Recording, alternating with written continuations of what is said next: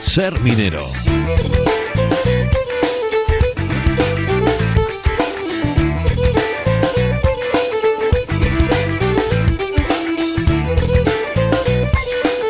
Momento para saludar a Roberto Fernández. Nos vamos hasta el Museo de la Minería y la Siderurgia de Castilla y León, que se encuentra en Sabero. Roberto, muy buenas.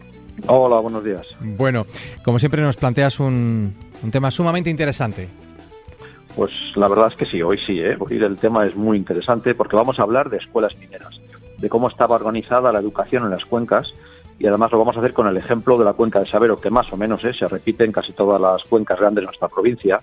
Y para hablar de esto nos acompaña un habitual del programa, también del museo, Carlos García, que como te decía, pues colabora mucho con el museo, fue también compañero nuestro y mucho antes fue trabajador en Ulleres de Sabero.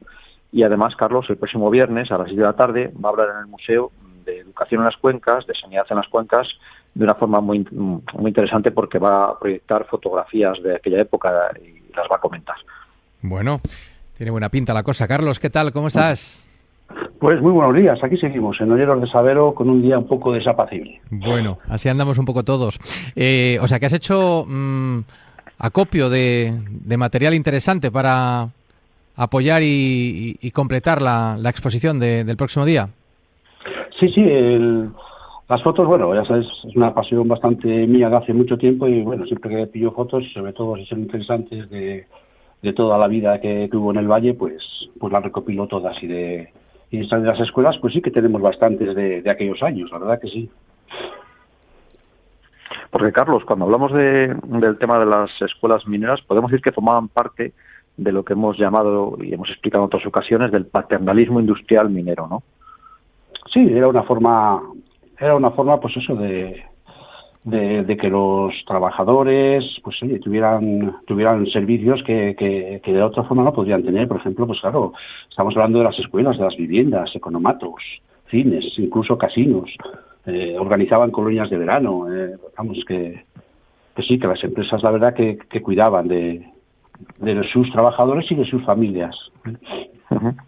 ¿Y desde cuándo tenemos conocimiento de escuelas vinculadas con la empresa minera en este caso en el Valle de Sabero? Pues según los datos que he podido recopilar y que lo he mirado ahí en el archivo del museo, bueno, ya en los años 20 ya había escuelas de la empresa minera. Por ejemplo, hay un documento muy chulo de los vecinos de Vega Mediana, que para la gente que no conozca, Vega Mediana era el sitio donde se transformaba el carbón en unos lavaderos, que allí vivía gente y vivía mucha gente, porque ya como digo, en el año 27 reclamaban ya a la empresa minera que les facilitara una escuela para sus niños, llegando a tener, pues eso, en la década de los años 30, hasta 30 niños allí en Vega Mediana, que los que conocemos este entorno, pues decimos, coño, pero ¿cómo podía haber aquí tanta gente? Pues la había, ¿eh? ¿Y cuántas llegó a tener? Porque claro, había varios pueblos repartidos por todo el valle y muchos niños en aquellos años. ¿Cuántas escuelas llegó a tener la empresa de Sabero? Pues la empresa como Ulleras tuvo 6, ¿eh? De la empresa propia de Ulleras, pues bueno, ya sabes que colaboraba con otras como que fuesen concertadas aquellas escuelas que se decían del patronato, que había 4 en Olleros, ¿eh? O sea, podemos decir que 10 eran casi exclusivas de la empresa minera Ulleras, ¿eh? Uh-huh. O sea, tenía 6 propias, pero claro, aquí hablamos un poco de cómo era el régimen de esas escuelas, ¿no? Porque, las empresas mineras las gestionaban de maneras diferentes, bueno, de un par de maneras, ¿no? Una como era en la zona de Sabero, pero también de manera diferente en otras zonas, como la cuenca de Gordón, ¿no? ¿Cómo era esa gestión propia de las empresas? Sí, aquí la empresa Ulleras, sus trabajadores, sus maestros, sus aulas, sus materiales, todo lo aportaba la empresa. La empresa era totalmente autónoma en ese aspecto, ¿no? Y estas que hablamos que había en el patronato de Olleros, pues yo lo que sí sé, porque conocí a algunas maestras, pues algunas todavía viven, pues que la empresa ponía las aulas, ¿eh? También se ocupaba de hacer el mantenimiento de las escuelas y proporcionaba también los materiales, los libros, los cuadernos, todo. Y aparte de eso, pues a los maestros les daba una pequeña prima, que no era mucho. A veces me decía la de Cisterna, pues le daba unas 500, 800 o 1000 pesetas, aparte de lo que les pagaba el ministerio, que es, eso sí, el sueldo se lo pagaba el ministerio. Pero de lo demás se encargaba la empresa y, bueno, incluso, claro, el director de esas escuelas del patronato era el mismo director que llevaba las escuelas propias de la empresa, ¿sabes? O sea, que por un lado los profesores eran unos empleados más de la empresa, ¿no? Sí, empleados totalmente como un minero de la más. empresa, sí. Y las del patronato lo único es que lo pagaba el Estado, el sueldo de los profesores, Eso pero es, el el resto de sueldo. gastos se hacía cargo la empresa. Oye, Sí, y también, por ejemplo, en la zona de Gordón y en alguna otra zona, eran como, no sé cómo decirlo, como subcontratadas o bueno, se las cedían a órdenes religiosas.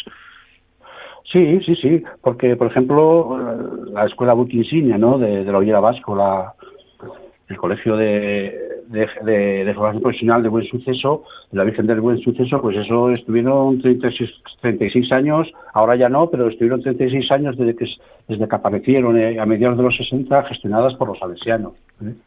Eso sí eso es así. Y después también, en la zona de Ciñera y eso, también como aquí en Olleros, también había escuelas del patronato. Eso lo pude ver el otro día, que no sabía mucho del tema. Y también se gestionaba igual que aquí. La empresa les proporcionaba las aulas, que normalmente era como aquí en Olleros, que eran los bajos de algunas de las columnas de la plaza, adaptadas a aulas y también pues funcionaban exactamente igual que aquí. Uh-huh. Y además de estas, las propias de la empresa, las del patronato, llegaron también a convivir con lo que se llamaba antiguamente escuelas nacionales, es decir, exclusivamente del Estado. Claro, no, bueno, aquí hablamos de que, por ejemplo, en 1962, que tengo aquí los datos, en el Valle, en el ayuntamiento nuestro, en Sabero, había 13 escuelas nacionales, había en todos los pueblos. Yo en mi pueblo, Los Ailices, había 2 escuelas, una de niños y otra de niñas, que era cuando se iban separados, y en Sotillos lo mismo. Y hablamos la de Gamella y después la de Sabero, las que se conocen como escuelas del cantón, que yo creo que anteriormente a las escuelas del cantón hubo otras escuelas más abajo, ahí donde está la Casa del Amparo, por ahí también había escuelas, porque bueno, la que ya aprovechaban para poner la escuela, pues bueno, en cualquier sitio que estuviese un poco decente, porque claro, después hablamos de las escuelas que hizo la empresa y eso, pero anteriormente funcionaban escuelas nacionales, claro que sí, y ya como te digo, había 13 escuelas nacionales en 1962 en el Ayuntamiento de Sabero, 13, ¿eh?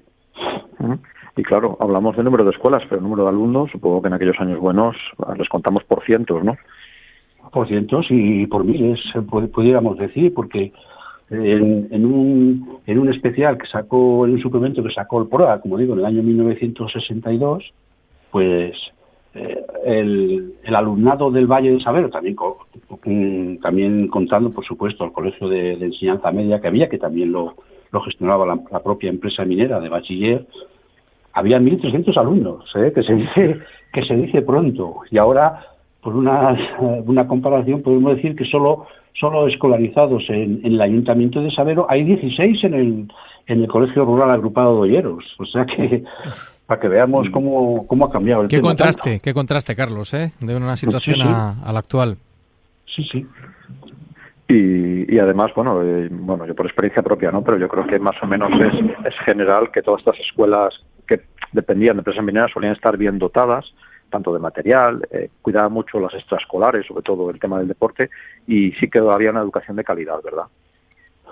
Sí, sobre todo se notaba mucho la calidad, ya no digo los maestros, porque igual sería que también, pero, por ejemplo, se solía notar mucho en los materiales, en los libros, en cuadernos, que no había problemas de materiales ni de cosas para hacer trabajos manuales, vamos, no tenía nada que ver con las otras. Incluso pues también podemos decir que había calefacción, no las típicas estufillas que había en las escuelas de los pueblos. A ver, era una enseñanza, pues se veía que era mejor, ¿no? Y bueno, hay que comentar que las escuelas de la empresa eran solo para los trabajadores de la propia empresa. Los que no trabajaban en la empresa, sus niños no podían ir a las escuelas propias de la empresa. Tenías que pedir plaza cuando querías ir y bueno, cuando había huecos te iban metiendo, pero que no siempre había plazas para todos, porque claro, de aquí había mucha gente. Y luego también, Carlos, casi por ir acabando, un ejemplo de integración, ¿no? Porque yo recuerdo en la escuela, por ejemplo, Villas de Sabero, en el mismo pueblo de Sabero, donde había chicos de por allí, pero había chicos caboverdianos, portugueses, y todo el mundo estudiaba y convivía perfectamente, ¿verdad? Sí, sobre todo eso fue más en Olleros, pero claro, en los años, a mitad de los años 70, oye, hay que recordar que vinieron 100 extranjeros.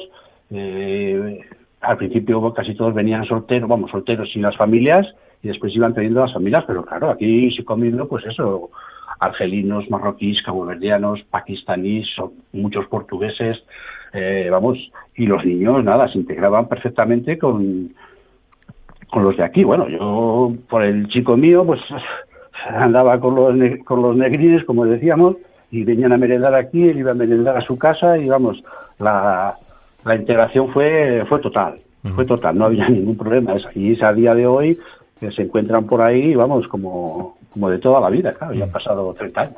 Claro. Carlos García, te agradecemos este anticipo de lo que vas a comentar. ¿Cuándo hemos dicho, Roberto?